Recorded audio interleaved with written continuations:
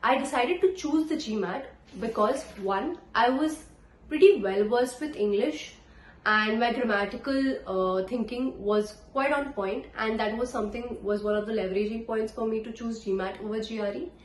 And the second thing, which was actually the most important point, is that even post your MBA applications and post you get into the MBA program, your GMAT score is used by a lot of management consulting firms as well as investment banking firms for recruitment purposes.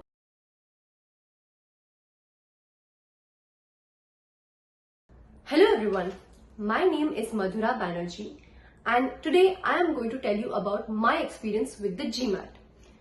Let me give you a bit of an introduction about me. My background was with an undergrad degree from BITS Pilani Hyderabad campus with my major in computer science. Post that, I pursued my job as a software engineer at Microsoft, and that was what I was doing for around 2.5 years when I decided to apply for the GMAT exam and for MBAs abroad.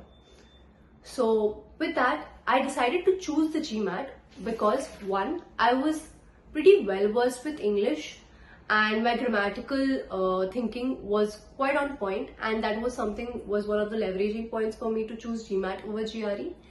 And the second thing, which was actually the most important point, is that even post your MBA applications and post you get into the MBA program, your GMAT score is used by a lot of management consulting firms as well as investment banking firms for recruitment purposes.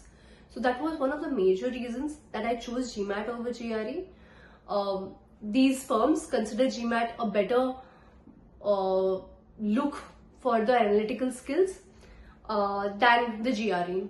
So that was my reasons for choosing the GMAT over the GRE.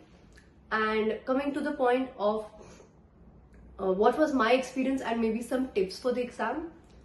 I think coming from my background, which is an engineering background, a lot of people coming from that background do not struggle much in the quant section, but it was a little of a weakness for me.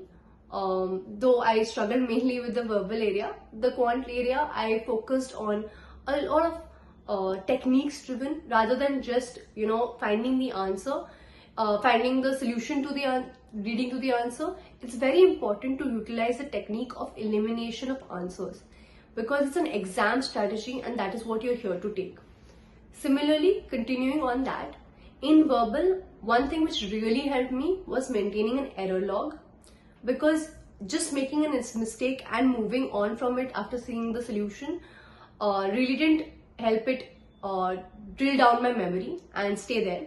So I used to maintain an error log, which I used to go through at the end of every week, which helped me absorb those mistakes and absorb the concepts behind those mistakes.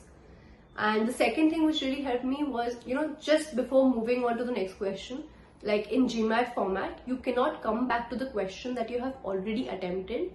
You have to move on to the next question. So just before moving on, I would read the question slightly again, so that to just recheck my answers, and a lot of the times I would have just skimmed through the question, so probably find some mistakes right there. I have found these two tips very helpful.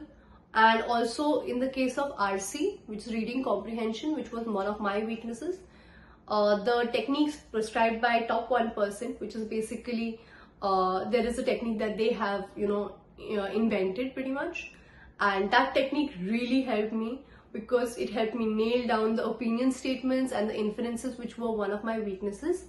And they gave a certain type of structure to, rather than approaching every question anew.